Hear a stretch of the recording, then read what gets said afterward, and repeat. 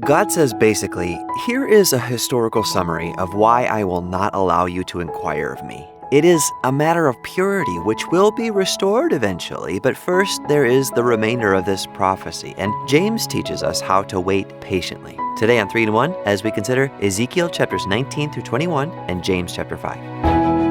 Have you come to inquire of me? As I live, says the Lord, I will not be inquired of by you.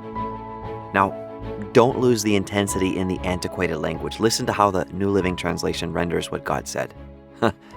How dare you come to ask me for a message? As surely as I live, says the sovereign Lord, I will tell you nothing. Now, the natural question after an interaction like that is, why, God, are you being like that? Why are you being so, it seems, mean? And God would respond, why? I'll tell you why. And then for the first half of chapter 20, God gives them a historical summary of how he rescued them from slavery and invited them into the land flowing with milk and honey, asking only that they would lay down and let go of idolatry. But then for generation after generation after generation, they were unwilling as the wrath of God stored up and was about to overflow. So God decided to discipline his people with a specific 70-year spanking. And there would be no more talking about all of this. So if you can picture this entire interaction as a disobedient, ungrateful, unrepentant teenager about to be punished, trying to talk Dad out of it. And Dad says, nope, there will be no more talking. But God is a gracious Father, and this discipline will only be for a specific amount of time. So then God encourages them to look past the pain, to the other side of the prophecy, to the other side of the specific season of discipline, when he will once again gather them back into their own land and bless them and lead them and give them a brand new heart that will want to follow his ways, as we get a glimpse once again of the coming new covenant. You'll just have to be patient, God says. You'll have to patiently endure, which is what James talked to us about today in our reading, how to endure patiently.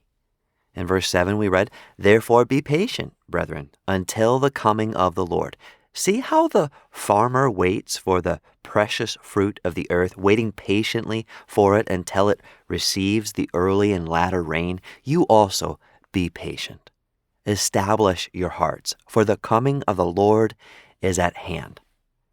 Now, while I am studying, I find so much value in reading from other translations. Listen to these verses from the Children's Bible. Brothers and sisters, be patient until the Lord comes. See how the farmer waits for the land to produce its rich crop. See how patient the farmer is for the fall and spring rains. You too must be patient. You must remain strong. The Lord will soon come back. See, when you read from another translation, there's usually not enough of a change to alter the content or the message, but just enough to help you to see the same thing from another angle.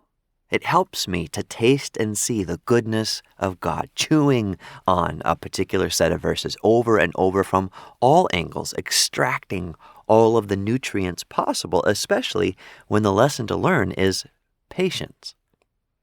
Patient endurance.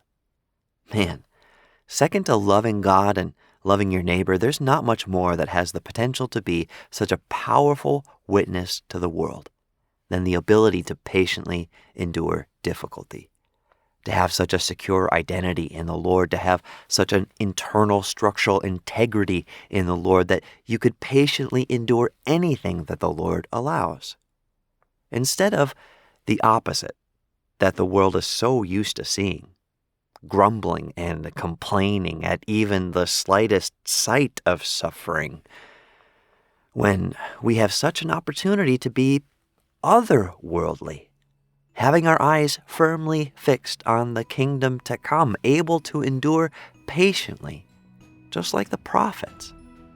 As we read today, my brethren, take the prophets who spoke in the name of the Lord as an example of suffering and patience. Indeed, we count them blessed who endure. You've heard of the perseverance of Job and seen the end intended by the Lord, that the Lord is very compassionate and merciful. And once again, reading from the Children's Bible, brothers and sisters, think about the prophets who spoke in the name of the Lord. They are an example of how to be patient when you suffer.